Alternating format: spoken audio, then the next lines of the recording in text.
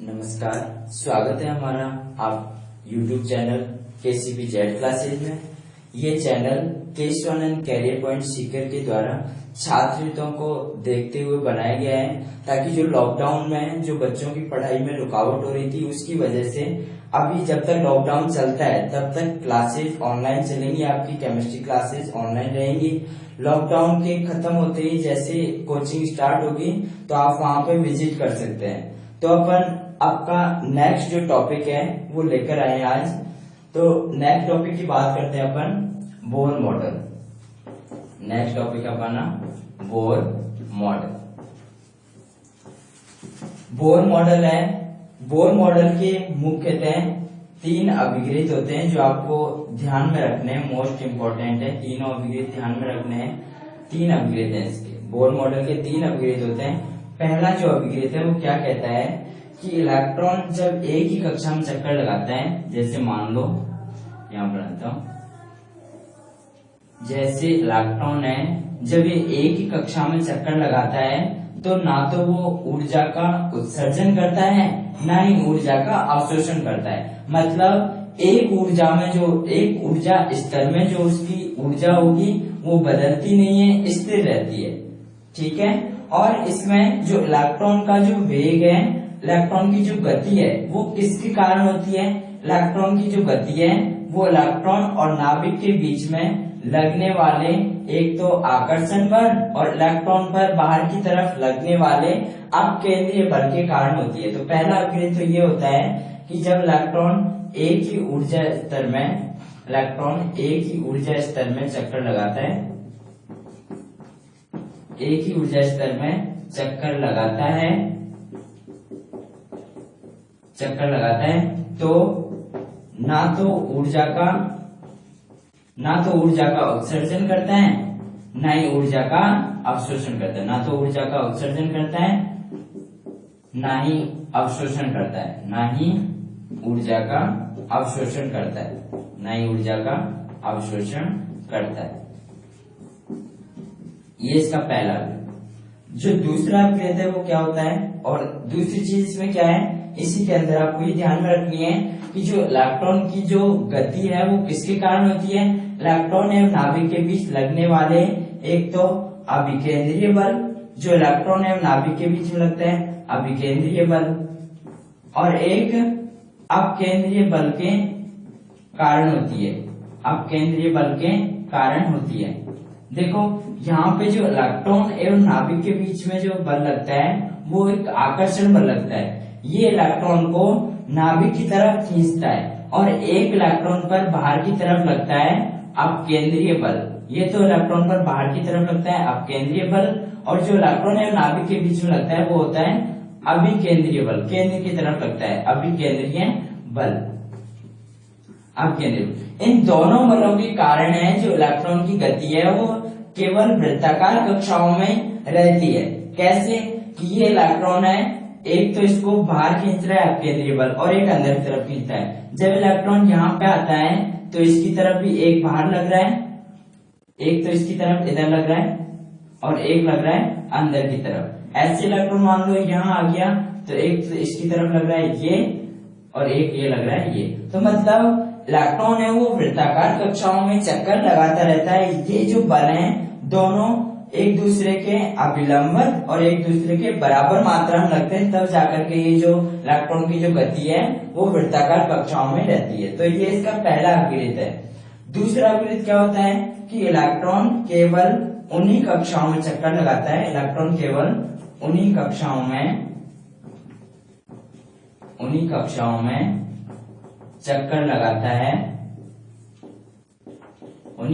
चक्कर लगाता है जिनके लिए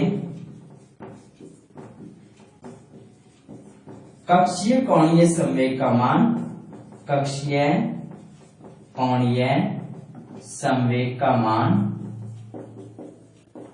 हो। कक्षीय कोणीय संवेग का मान NH/2π हो। उन्हीं कक्षाओं में चक्कर लगाएगा कौन? इलेक्ट्रॉन। यहाँ पे जो n का मान है 1, 2, 3, 4 ये अनंत तक हो सकता है। मतलब पूर्णांक संख्या में होगा, ये भिन्नात्मक संख्या में नहीं होगा। यहाँ से भी ऐसा सिंपल सा क्वेश्चन पूछ सकते हैं कि इलेक्ट्रॉन कौन सी कक्षाओं में चक्कर लगाएगा और कौन सी में नहीं लगाएगा।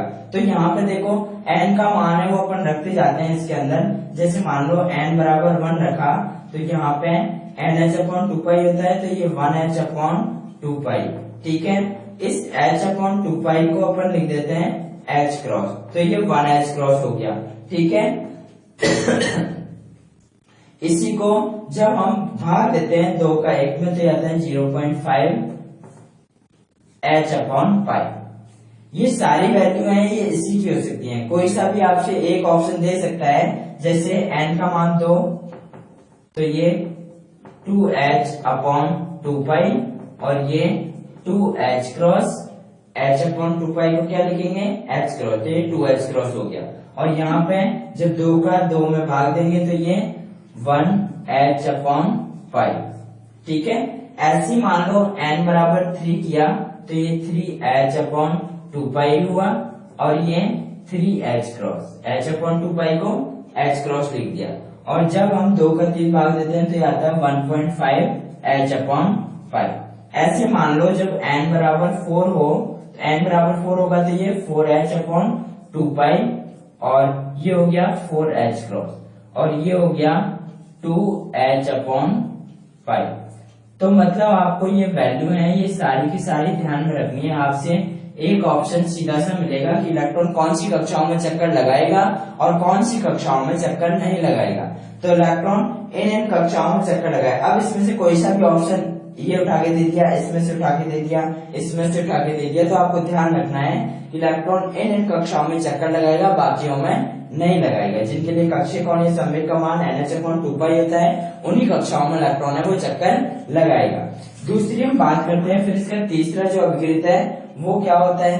तीसरा अभिक्रिया है बोर मॉडल का, वो होता है कि इलेक्ट्रॉन जब निम्न ऊर्जा स्तर से उच्च ऊर्जा स्तर में जाता है तो ऊर्जा का अवशोषण करता है, और जब उच्च ऊर्जा स्तर से निम्न ऊर्जा स्तर में आता है तो ऊर्जा का उत्सर्जन करता है। तो यहाँ पे जो तीसरा अभिक्रिया है वो क्या होता है कि इलेक्ट्रॉन जब निम्न ऊर्जा स्तर से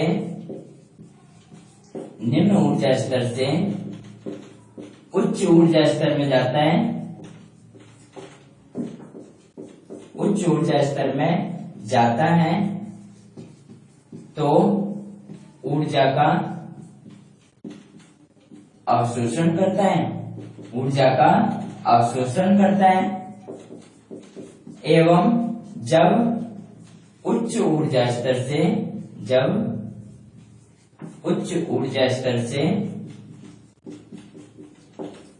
निम्न ऊर्जा स्तर में आता है, निम्न ऊर्जा स्तर में आता है तो ऊर्जा का उत्सर्जन करता है, तो ऊर्जा का उत्सर्जन करता है। मतलब जब इलेक्ट्रॉन है वो यहां से ऐसे मान लो कि इलेक्ट्रॉन है जब निम्न ऊर्जा स्तर से उच्च ऊर्जा स्तर में जाएगा तो ऊर्जा उसको चाहिए। मतलब आपको नीचे से पहाड़ पर चढ़ाया जाए तो पहाड़ पर चढ़ने के लिए आप क्या चाहिए, ऊर्जा चाहिए। और जब इलेक्ट्रॉन उच्च ऊर्जा स्तर से जब वापस निम्न ऊर्जा स्तर में आएगा तो क्या होगा, ऊर्जा का उत्सर्जन होगा। तो इससे इसके अंदर तो ऊर्जा खर्च होगी और इसके अंदर ऊर्जा निकलेगी, उत्सर्जन होगा ऊर्जा का। तो ये जो बोर मॉडल है उसका तीसरा अभिक्रिया होता है। ये बोर मॉडल का तीसरा अभिक्रिया, 3 ही अभिक्रिया है, इसको आपको ध्यान में रखना है। दूसरा अभिक्रिया को आपको जरूर ध्यान में रखना है कि इलेक्ट्रॉन केवल उन्हीं कक्षाओं में चक्कर लगाएगा जिनके लिए कक्षीय कोणीय संवेग का मान NH/2π होता है। और वो आपको वैल्यू है वो सारी बता दी है कि किस किस में क्या क्या वैल्यू आएगी। ये आपकी बोर मॉडल हुआ। इसकी कुछ कमियां होती हैं, बोर मॉडल की कमियां रह गई। कमियां क्या क्या रह गई, एक तो सबसे पहली कमी जो आपको मुख्य ध्यान रखनी है कि बोर मॉडल है वो केवल एक इलेक्ट्रॉन वाली स्पीसीज पर ही अप्लाई होता है, एक इलेक्ट्रॉन वाली स्पीसीज पर ही लागू होता है, एक इलेक्ट्रॉन वाली स्पीसीज पर ही लागू होता है। ये केवल एक इलेक्ट्रॉन वाली स्पीशीज पर ही लागू होता है जिनके पास एक इलेक्ट्रॉन होता है, जैसे आपका हाइड्रोजन हुआ, हीलियम प्लस हुआ, लिथियम प्लस 2 हुआ। ऐसी एक इलेक्ट्रॉन वाली जो स्पीशीज होंगी उन्हीं पर ये अप्लाई होगा। दूसरी जो इसकी कमी थी वो थी कि इसके लिए जो कक्षीय कोणीय संवेग का मान NH/2π होता है, वो NH/2π ही क्यों होता है, दूसरा क्यों नहीं होता, तो इसके बारे में भी बोर है, वो नहीं बता सका। इसकी जो तीसरी कमी थी वो सूक्ष्म स्पेक्ट्रम के बारे में नहीं बता सका, सूक्ष्म स्पेक्ट्रम के बारे में नहीं बता सका, सूक्ष्म स्पेक्ट्रम के बारे में नहीं बताया इन्होंने। क्या सूक्ष्म स्पेक्ट्रम, जैसे मान लो कि ये लाइन है, इस लाइन के पास में कितनी भी लाइन है छोटी छोटी, इनके बारे में नहीं बता सका कि ये कैसे सूक्ष्म स्पेक्ट्रम प्राप्त होता है। इसको अपन अल्ट्रा माइक्रोस्कोप से ही देख सकते हैं, ऐसे पता नहीं चलता है। इसकी जो अगली कमी थी ये थी कि इलेक्ट्रॉन जब स्पेक्ट्रम है वो दो क्षेत्रों, एक जो स्पेक्ट्रम है आपका सूक्ष्म स्पेक्ट्रम, ये चुंबकीय क्षेत्र एवं विद्युत क्षेत्र में विभक्त होता है। चुंबकीय क्षेत्र जो स्पेक्ट्रम है ये चुंबकीय क्षेत्र में विद्युत क्षेत्र में विभक्त होता है। वो कैसे होता है इसके बारे में भी ये नहीं बता सके। तो ये आपको पहली बात है, ये ध्यान रखनी, ये इंपॉर्टेंट बात, ये इसके अंदर एग्जाम्पल है, ये आपको ध्यान रखना है कि बोर मॉडल किस पर लागू होता है, किस पर लागू नहीं होता है। तो एक इलेक्ट्रॉन वाली स्पीशीज पर ये लागू होता है। भारी इलेक्ट्रॉन वाली जो स्पीशीज हैं, जो जिनके ऊपर एक इलेक्ट्रॉन से ज्यादा होता है, उनके ऊपर इलेक्ट्रॉन, उनके बारे में ये नहीं बता सके। तो ये इसकी होती है कमियां। फिर हम बात करते हैं नेक्स्ट, बोर मॉडल के कुछ एक अनुप्रयोग होते हैं। अनुप्रयोगों की हम बात करेंगे, सीधा सीधा सिंपल से अनुप्रयोग है। तो आपको बात करते हैं हम फिर बोर मॉडल के अनुप्रयोग, कौन कौन से अनुप्रयोग होते हैं बोर मॉडल के। देखो सबसे पहले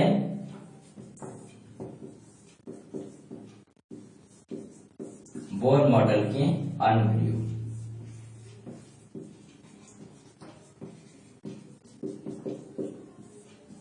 सबसे पहला जो है, विभिन्न कक्षाओं की त्रिज्या निकालना।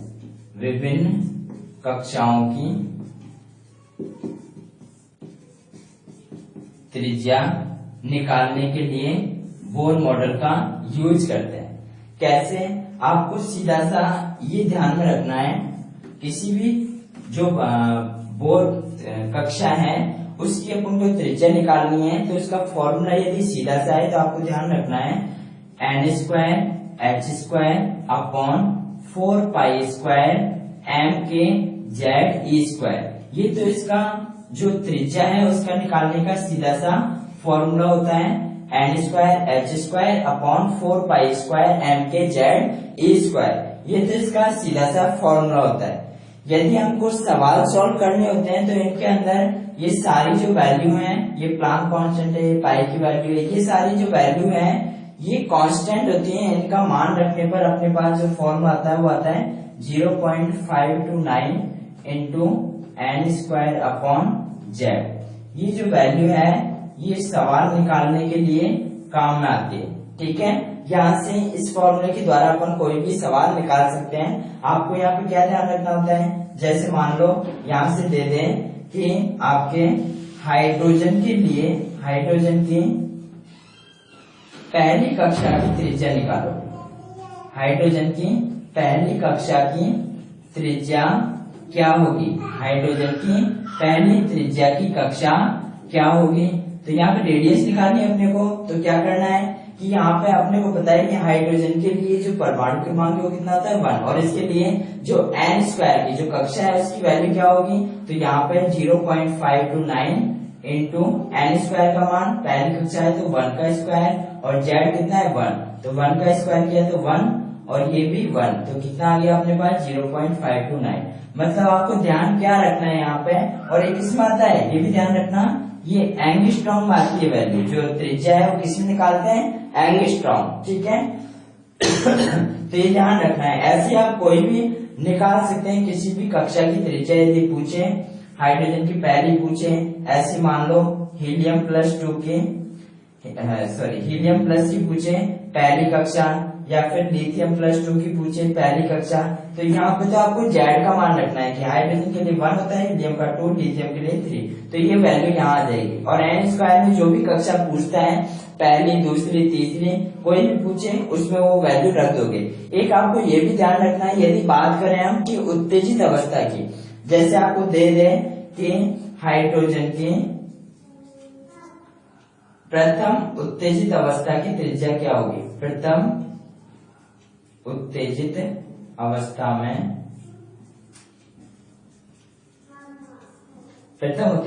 में त्रिज्या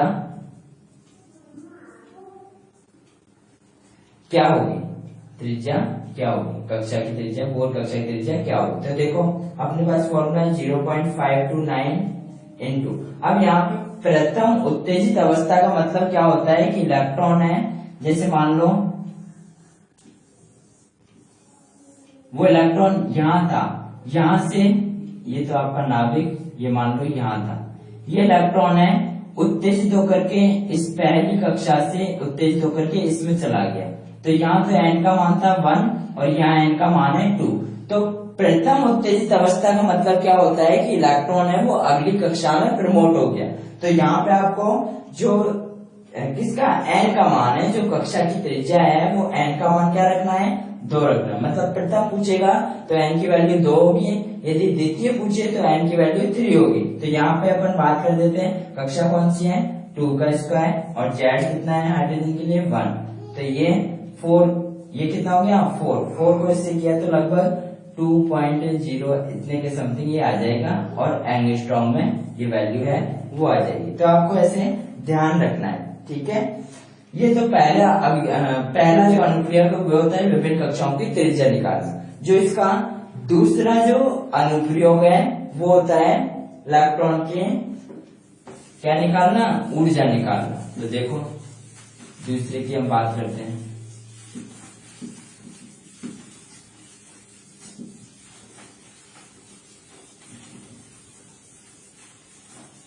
दूसरे में भी ज्यादा ऐसा कुछ नहीं है। देखो जो दूसरा अनुप्रयोग है वो क्या होता है कि इलेक्ट्रॉन के ऊर्जा कैसे निकालते हैं। तो ऊर्जा की जो वैल्यू है वो कैसे निकालेंगे, इसका जो सीधा सा फॉर्मूला होता है वो होता है -2π² m k² z² E4/n² h², ये इसका फॉर्मूला होता है।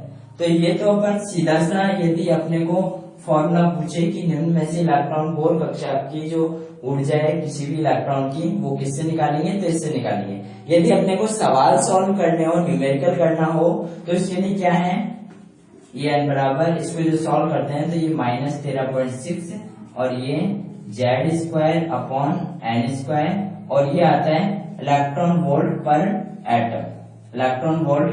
पर एटम में आता है। ये दोनों फॉर्मूले आपको ध्यान में रखने हैं, ठीक है। तो इसके लिए आपको क्या ध्यान में रखना है कि यहाँ पे भी वही Z का मान और वही N का मान आपको ध्यान रखना है कि Z के लिए आपके पास 3 चीज मिलेंगी, हाइड्रोजन, हीलियम प्लस और लिथियम प्लस 2, ये 1, ये 2, ये 3, इन 3 वैल्यू के अलावा आपको ज्यादा नहीं मिलेंगी। तो यहाँ पे तो आपको इन 1, 2, 3 रखना है। हाइड्रोजन दे तो 1, हीलियम दे तो 2, लिथियम दे तो 3, और n² का मान क्या होगा कि जो भी कक्षा आपसे पूछता है, जैसे पहले बताया पहली कक्षा पूछे, दूसरी कक्षा पूछे, तो वो आपको ऐसे कर देना है। और यदि तीसरी कक्षा ऐसे पूछे, प्रथम उत्तेजित अवस्था, दूसरी उत्तेजित अवस्था, तो आपको क्या करना है, n का मान एक प्रमोट करना है। अगली पहली पूछे तो n का मान 2 और दूसरी पूछे तो n का मान 3 होगा। तो ये आपको ऐसे करना है। तीसरा होता है अपन इलेक्ट्रॉन का वेग निकालते हैं। इलेक्ट्रॉन का वेग कैसे निकालते हैं, तो इसके लिए अपना सीधा सा फॉर्मूला होता है इलेक्ट्रॉन का 2π